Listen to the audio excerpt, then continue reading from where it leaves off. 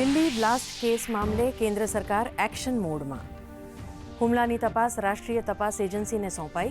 ગૃહમંત્રી અમિત શાહે ઉચ્ચસ્તરીય બેઠક યોજી દોષિતોને કડક સજાની આપી સૂચના.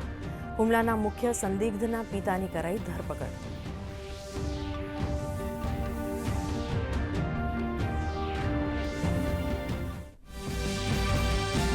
પ્રધાનમંત્રી નરેન્દ્ર મોદીનો ભૂતાનની ધરતી ઉપરથી વિશ્વને સંદેશ.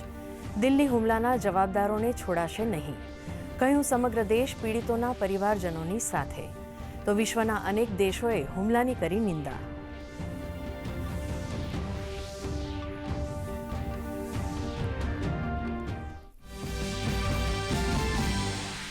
રાષ્ટ્રપતિ દ્રૌપદી મુર્મુએ દિલ્હી દુર્ઘટના પર વ્યક્ત કરી સંવેદના. સંરક્ષણ મંત્રી રાજનાથસિંહે દોષિતોને કડક સજા આપવા અંગે વ્યક્ત કરી પ્રતિબદ્ધતા. દિલ્હીમાં ચુસ્ત પોલીસ બંદોબસ્ત. લાલ કિલ્લા અને આસપાસનો વિસ્તાર કરાયો સીલ.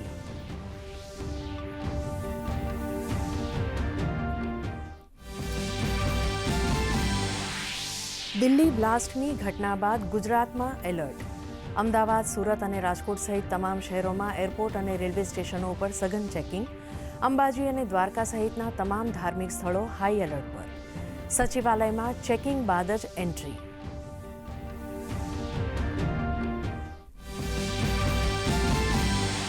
નવસારીના બિલીમોરામાં સ્ટેટ મોનિટરિંગ સેલની મહત્વની કાર્યવાહી. છાપામારી દરમિયાન 4 કુખ્યાત આરોપીઓની કરાઈ ધરપકડ. 3 ગેરકાયદેસર હથિયારો અને 27 સહિતના જીવતા કારતૂસ સહિતનો જથ્થો જપ્ત. જિલ્લામાં હાથ ધરાયું સઘન ચેકિંગ.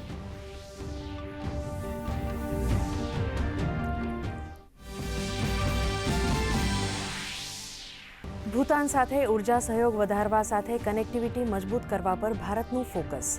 કહ્યું, આગામી સમયમાં ગેલેફુ અને સામતસેને ભારતીય રેલ નેટવર્ક સાથે જોડાશે. પ્રધાનમંત્રી અને ભૂતાનના રાજા જિગ્મે ખેસર વચ્ચે યોજાઈ પ્રતિનિધિ મંડળ સ્તરની બેઠક. પ્રધાનમંત્રીએ જળ વિદ્યુત પરિયોજનાનું કર્યું ઉદ્ઘાટન. બિહારમાં બીજા અને અંતિમ તબક્કામાં જબરદસ્ત વોટિંગ.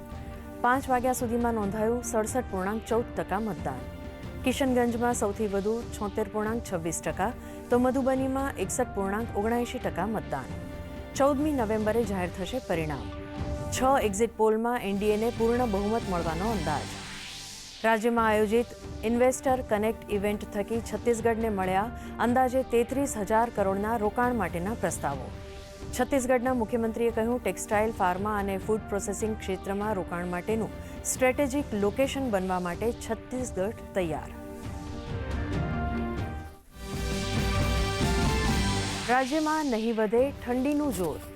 આગામી 7 દિવસ દરમિયાન લઘુત્તમ તાપમાનમાં મોટો ફેરફાર થવાની સંભાવના નહિવત.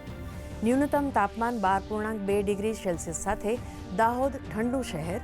ગાંધીનગરમાં નોંધાયું 13.8 ડિગ્રી સેલ્સિયસ તાપમાન.